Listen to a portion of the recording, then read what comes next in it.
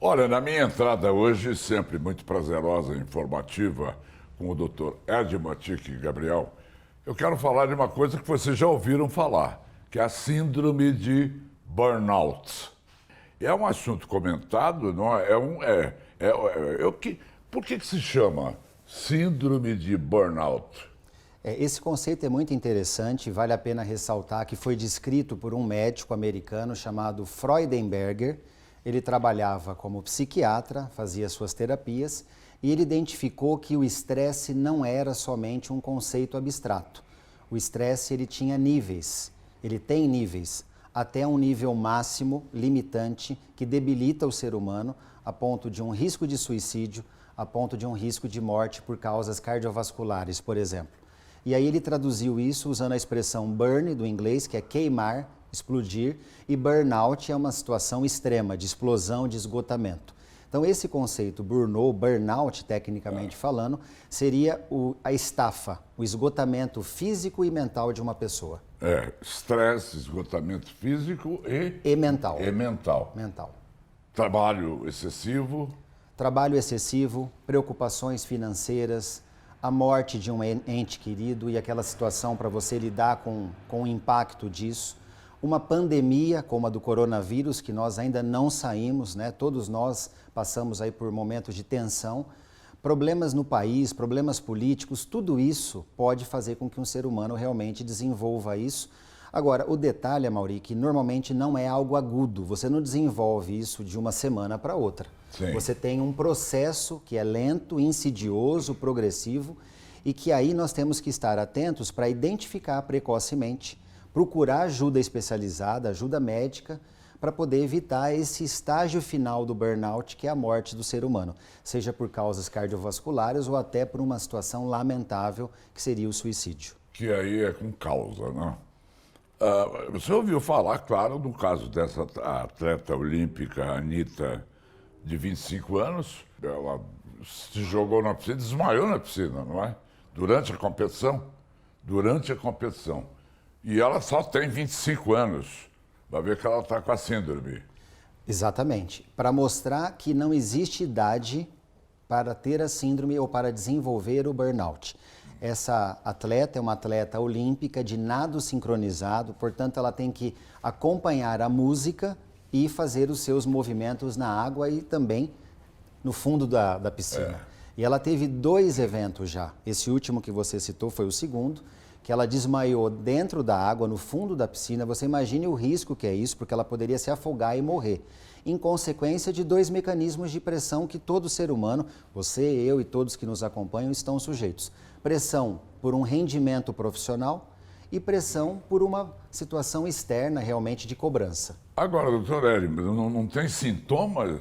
Eu sei que você disse que é progressivo, às vezes você nem percebe, mas existem sintomas pontuais para poder a gente desconfiar que a gente está com a síndrome? Existem sintomas tanto de ordem psíquica como de ordem cardiovascular.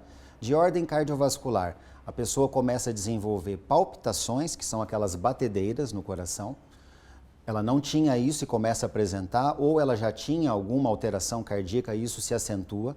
Alterações frequentes da pressão arterial também são sugestivas. Alterações como dor no peito, falta de ar, sudorese fria em dias de calor, tudo isso pode realmente dar um sinal em relação cardiovascular. Na questão, no plano psíquico, pessoas que passam a não dormir bem, pessoas extremamente irritadiças, pessoas com problemas de relacionamento dentro de casa, nível conjugal, nível profissional, nível de relacionamentos em geral, tudo isso pode fazer com que você perceba precocemente o burnout. Falta do dinheiro para pagar o boleto. Você citou uma situação, por isso que o burnout, Amaury, não é restrito a classes abastadas, a classes menos abastadas, a pessoas mais jovens ou mais velhas. Todos nós, a partir de hoje, se fizermos uma regressão em nossas vidas, vamos identificar momentos que nós estávamos em burnout. Não, logicamente, naquela fase final, mas nós estávamos caminhando para isso e, portanto, nós tivemos que buscar ajuda, seja emocional, medicamentosa, uma ajuda multidisciplinar para que a pessoa possa sair desse quadro. E é examinando tudo isso que se forma o diagnóstico. Exatamente. O diagnóstico ele depende dessa análise conjunta. Não é um sinal isolado, não é um elemento restrito que vai me dizer que a pessoa tem burnout. Você precisa acompanhar essa pessoa no dia a dia.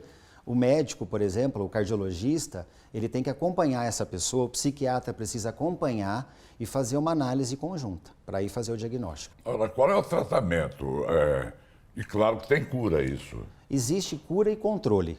O tratamento, em termos de controle, é você realmente mudar estilo de vida, porque o estresse está sempre presente como fator causal. Mudar estilo de vida sempre vai ter aquela questão de fazer atividade física, de descansar mais, de priorizar o sono noturno, de se alimentar melhor. Mudar um pouco o seu radicalismo na vida profissional. Excesso de cobrança seu em relação às pessoas, excesso de exigência, as pessoas não são iguais. E aí cabe lembrar das vitaminas mentais e espirituais como um tratamento. Desenvolver resiliência, desenvolver flexibilidade, ter mais paciência, trabalho em grupo e, logicamente, se necessário, usar algum medicamento sob orientação médica. As pessoas extremamente ansiosas, não é? À beira até da depressão, confundem muito a arritmia cardíaca com aquele, a gente chama aperto do peito, não é? Uma angústia, né? A angústia, que a gente se confunde com uma arritmia uma estabelecida. arritmia estabelecida. Tem jeito de se verificar, a gente mesmo identificar o que é arritmia e o que é angústia? Sim, é possível. Depende de uma avaliação clínica presencial. Então, o médico tem que realmente fazer um exame físico completo. E a abordagem do exame torácico, do exame do coração, ele permite você analisar se aquilo é compatível com uma normalidade, com uma quantidade aceitável, ou se já está numa faixa de risco para aquela pessoa, compatível com o que a gente chama de arritmia. E normalmente você complementa com exames de imagem, um eletrocardiograma, um ecocardiograma, para você poder entender melhor o que está acontecendo. Então dá para você diferenciar. Aliás, isso é muito frequente, as pessoas estão apresentando mais essas angústias, essas batedeiras de forma isolada e, em geral... verdade, há uma epidemia Uma epidemia, hoje. eu ia dizer isso. Nós temos duas pandemias concomitantes. A do coronavírus, que ainda não se resolveu, está melhor, mas não se resolveu. E a pandemia, vamos colocar aí uma pandemia de um pré-burnout, onde posso dizer que todos nós, Amaury, sem exceção, homens e mulheres, crianças, adolescentes, as crianças, por exemplo, foram cada vez mais cobradas nesse período de pandemia. Ter que assistir aula online, ter que acompanhar a professora por uma tela, quer dizer, algo que não é compatível com aquela idade, com aquela faixa etária. Imagine a confusão mental que gera na cabeça de uma criança e a pressão e a cobrança sobre ela. Não tem como dizer que não tem uma idade para isso. Entendi. Satisfeitos? Obrigado. Obrigado, Dr. Amaury. Edmo.